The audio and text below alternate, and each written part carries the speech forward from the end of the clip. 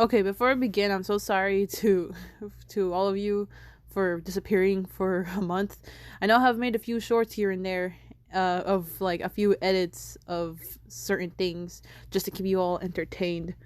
But in all honesty, like I've been stressing out for the last month because it was my senior year and I had to finish up with testing, finish up with the final graduation steps so that I can walk with a normal everything, or I don't know. So I had to make sure that I walk in graduation. So yeah, luckily I got that done, and I graduated last week at the time of recording this video. So yay! Yeah, so I graduated, and senior year's done, high school's done, schooling is done until I go to college. But it's all done, and I have like a few months to myself. So yeah, I'm dedicating to my YouTube channel again. So yeah, here I am. And I got lots of video ideas planned, including this one, the Owl House Season 3 final episode review. And by final episode, I mean like finale of the entire series, which, oh my gosh, it was such a good finale, but I will get into it. So, yeah, again, I apologize for my absence, but I'm back.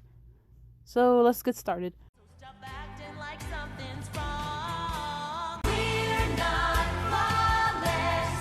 We're a work in progress. We got dents and we got worse, but it's our flaws that make us work. Yeah, we're not flawless. We're a work in progress. So tell me what flaws you got too, 'cause I still like what's flawed about you. Hello, every pony is a winged unicorn, and I have flown back, finally. And today we're going to be talking about the Owl House finale, which is a very anticipated thing among the fandom. Okay, so at the time of recording this video, it's been like, I don't know, like months since the final came out. But y'all know what happened with me, so better late than never. So the finale, it was really, really good. I will acknowledge the fact that there are some rushed things in the finale, but I have mentioned this in every video. It's because of the whole Disney cancellation thing, which either way, this is like the best product we could have gotten, because I'm pretty sure if you guys are in the cartoon community and you like cartoons that are similar to Owl House, with the whole fantasy elements and stuff like that, you guys probably know that cartoons like these usually have a reputation of not really having the best or satisfying ending, with exceptions with Gravity Falls, Amphibia, maybe My Little Pony. If you I don't know, there's I've heard mixed things about My Little Pony, but I mean, in my opinion, I like the finale. But I understand if you guys have problems with those. So, but either way, with the exceptions of those shows, fantasy cartoons have like this reputation of maybe not doing so well when it comes to their ending. Especially because most of them has to rush through things. And, like, I don't know, like Steven Universe and Star Versus. Even though Steven Universe kind of had the same problem with Owl House because of the queer stuff within the show, and they had to rush through it. And while Star vs. The Forces of Evil did have queer stuff, like the main romance of the show was a hetero ship. So I don't know why they had to rush through things. All I know is that like Disney Channel actually did have to make the crew hurry up. But I forgot what it was, but it's definitely not because of the queer stuff. Because while Star is bi, and I think Marco might be bi, or I don't know, maybe that's just a popular headcanon that I just heard. The two of them are still in a hetero relationship, so I don't know what happened. I don't know what made them had to like rush things. But even so, like besides the cartoons I named, like there's a complete difference from like getting canceled and having to rush through things and getting canceled to rush through things just to get it done. And while of course the Owl House did have to like get it done, they actually put thought into it, which I applaud them for. We actually got the finale that we all deserve. Are there open holes and open questions that are still left unanswered? Yes, there is. But with this, there's no way that they could have made time for every single question to be answered. Am I a little disappointed? Yes, but like I said, some of this is not the crew's fault. It's because of the whole Disney cancellation stuff. Either way, Dana Terrace did a good job, and I applaud her for that. So, let's talk about the finale.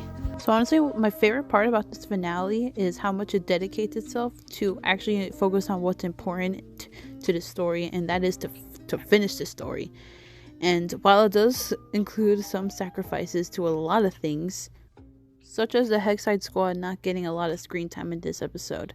And while it does sadden me that we won't be able to get much from them in this episode, especially because this is the final episode and we won't be able to see much from them, I understand why they had to like cut away from them from the story, especially because this is more like Luce's fight and they had to like, I guess, stay away from this since they don't really have relevance to the actual fight itself. So I completely understand, but yeah, like others, I am a little bit saddened that we won't be able to see much from them from this episode, but you know, it's at least nice to see them here from time to time when they do appear. Call me morbid, but I really like how dark things got in the episode, and especially with Luce's death. And of course, Owl House isn't really scared to like go into the dark side of things, but with this, I didn't expect, you know, for it to go this far, especially because of how sad Luce's death was. And of course I knew Luce wasn't going to die. I mean, of course the Owl House can be dark, but there's no way it could be that dark in order for it to kill off its main character. We haven't seen a cartoon do that yet. But either way, the emotion from all the characters seeing Luce die, it was just very heartbreaking, especially with Ida and King. And though the Hexside Squad doesn't really know that Luce has passed, and Lord knows if Amity knew that what happened to Luce, she'd probably go like haywire on everything. But what really got to me was Camila's reaction. She turned into a puppet, which kind of makes her immobile, but at the same time, like she still feels Luce's disappearance, and we can even see her crying, which that part, honestly, it just proves like how much, you know, much of a motherly bond that she has. Of course, I mean, of course she's Luce's mom, but like, you know that saying, you know, moms always knows what your child is feeling, and she felt what was happening to Luce, and now she's crying. And that's honestly what hit me when I found that realization. Speaking of motherly love, Ida and King just go haywire about Luce's death, and it's just the most heartbreaking part, especially because Ida just learned how to control her harpy Ida state, and now she lost control, which is honestly an appropriate time to lose control, because she just lost somebody very close to her, and it just shows how much they both love Luce. And when Luce died and she didn't know what to say to Ida and King, and the realization after she's gone, she realizes she should have thanked them. She just never knows what to say, but then when she realizes finally when she's gone that she should have thanked them. But you know how I said Luce doesn't die? Yeah, she doesn't die. She just appears in that portal thingy. But either way, that whole death scene was extremely sad to watch. But at least we get to go to this scene. We finally meet King's dad. And King's dad is honestly like it seems like a really nice guy, and it's just really sad to just see him for just a little bit before he has to sacrifice himself and give all the power to Luce. Speaking of which, we don't talk enough about him dying, and it's just, I don't know about you guys, but it's a very disturbing sight to see, especially if you were Luce in that situation. It's just very shocking and very surprising, and just very upsetting to see. Like, this girl should be traumatized for life. With him giving Luce the power, just became into this, and it's honestly one of the coolest outfits that she ever has. Well, not just outfit, but like a whole transformation. I guess it changed her entirely, which she looks extremely cool, and like the whole animation with her transformation sequence was cool. Like the whole all the glyph thingies, like making those, that, I don't know, that satisfying jinkle sound. I don't know why, it just sounds cool, and they all look so pretty. And with Ida and King feeling happy and relieved that Luce is okay, it's just super heartwarming to see as well. And even with Luce trying to fight Bellows, it's just really nice to see Ida trying to teach Luce all the magic stuff that she taught her. It's just, not only is a good callback, but it also just shows that, like, you know, Luce is still young, and like, you know, she could still need the assistance, and it's just really nice, really sweet scene, Ida helping Luce out. This whole scene with Luce fighting back to Bellows is just honestly like the coolest part about this episode. Like the animation, the joy from the music, and the music itself is just honestly like the best part about this episode. No, seriously, look at this crap. This is like the most phenomenal animation that this show's ever done. Like, look at this. It's how smooth. Oh, and I forgot to mention the whole reunion of Rain and Ida is just super heartwarming. Like, look at them. They're both so cute together. Look at Bellows trying to get himself out of it. Like, get out of jail free card. Like, no, he's pure evil. And I like how Luce just basically stands there and just being like, bro, I ain't following you anything that you're saying. You are a bad person. You deserve to rot for all I care. And it's just, and he gets what he deserves. He just dies, and that's like, call me morbid, but that's like the best part of this episode. I keep saying that every part of this episode is good, but like, it's just, this episode's so good. There's so many parts that I like. Go watch this episode. But it's honestly nice to see like a terrible person like get beaten to shreds and just die. Especially because, like, you know, I like to see a villain who is just pure evil and just actually get what he deserves. There's no redemption arc. He just dies. Because guess what? Bellows deserves it. He's been hunting down witches for life and doing terrible stuff to his guards. And it's just like, he's just like, honestly, like the worst person. And I don't think y'all understand how much of a terrible person Bellows is and how much of a great villain he is. Like, he deserves to die. And then the episode comes with a happy ending with everybody reuniting with each other, and the Boiling Isles, while it's still in a mess, people are trying to get through it. Amity goes off with her dad, and frick Odalia, she deserves to be abandoned. Gus reunites with his dad. Willow finds both of her dads back, and she's happy. And Hunter finds his own home as well, which is honestly sweet. And Luce's whole speech at the end was really sweet as well. I don't think it's as sweet of a speech as Anne's speech at the ending of Amphibia, but it's still a nice speech nonetheless. And the Collector is here to stay, and I didn't really mention much of the Collector in this video, but honestly, him trying to comprehend the concept of death was really nice to see. Like I keep saying, he's basically like a child with like all the power in the world.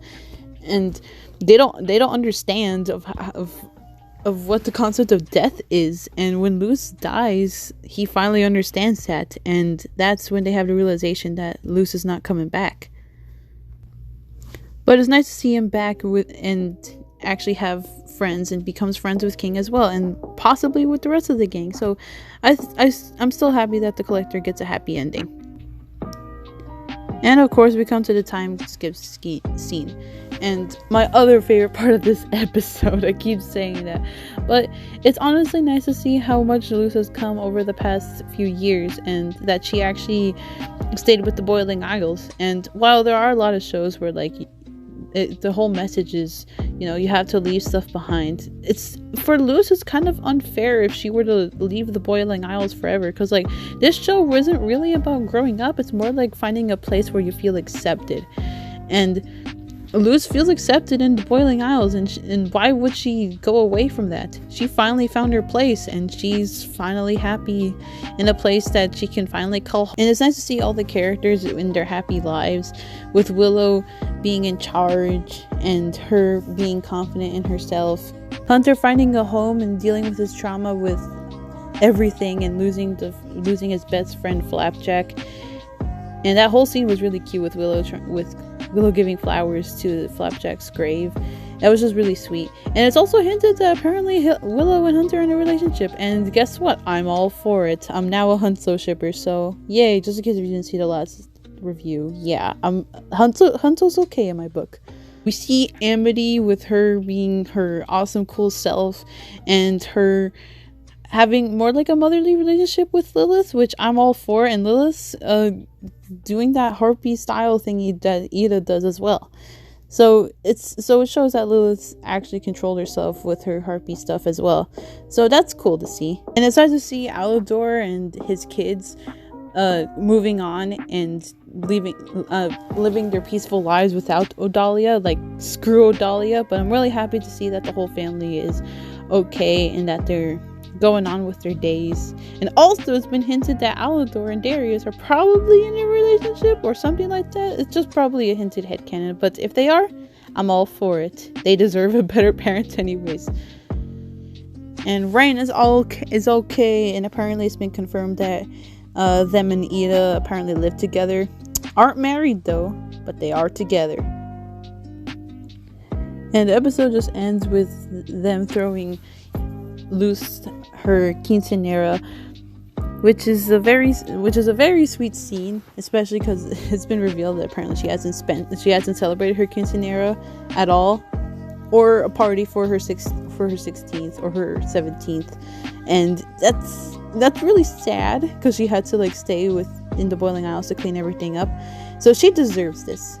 And even though like they probably didn't do the best that they could, especially with like the whole stuff, it's very funny for them to like accustom to like traditional human celebrations. And either way, I feel like Luz definitely appreciates it, even though Camila is a little bit weirded out by it. And then the episode comes to an end. And the series overall comes to an end as well. When I first watched The Owl House, it was during a time in my life where I felt extremely insecure about myself. And it got even worse because I was in my earlier high school years, and coincidentally, it was also the time when the world was in lockdown. And even at that time, I thought to myself, even if the world were to go back to normal, I'm not sure if I would go back to normal with it. But especially, it was because I felt insecure about myself. And I have been for many years, even before the whole lockdown stuff. I had these weird interests I don't think anybody can relate to. And I don't think I can ever find myself to relate to other people either. Plus, I also had severe social anxiety, and it just got worse over the years. And the people around me, they didn't know how to help, which I don't really blame them. And especially because I didn't know how to help myself. So the only source of mechanism that I have to cope with all this is with fantasy cartoons. And it just brings a sense of comfort, and since they are fantasy, it just kind of gives me a world where things are fun and perfect, and it's just basically an escape for me. And one of those shows being The Owl House. I already heard good things about The Owl House, and I finally decided to give it a watch. And I'm grateful I did. Because I think I said this in an earlier video, but I don't think I've ever related to a character as much as Luz. And I've never related to a character this much ever since Twilight Sparkle from My Little Pony, which is already a big comfort show of mine. And the fact that a show has gone up to the same level for me as My Little Pony says a lot about The Owl House.